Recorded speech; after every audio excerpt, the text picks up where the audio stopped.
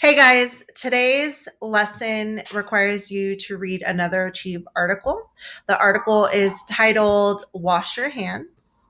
What I wanted to kind of model for you guys a little bit in this video is how to answer those questions. The what's your take questions, because these questions are going to be a little different.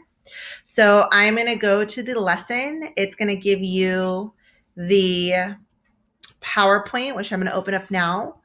Um, and the PowerPoint's going to look exactly the same as the lesson on Monday. It's going to have the title with the due date. It's going to have the standards, the objective. Today's objective is you're going to read and annotate an informational text.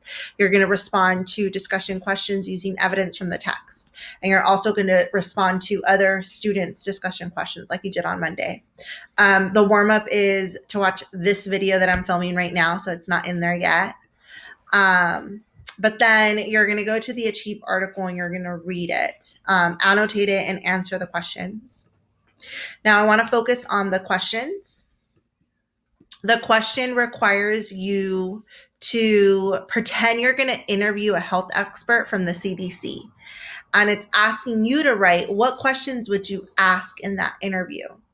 So for this, you're actually going to come up with the questions, and I want you to specifically explain why you want to ask those questions. For example, if I'm going to ask the health expert from the CDC, what is the best way to reduce transmission of the coronavirus or COVID-19? I would say I would want to know the answer to that question because I want to know how to best stay healthy and how to best support others in staying healthy as well. I want you to come up with at least 3 questions to ask a health expert from the CDC.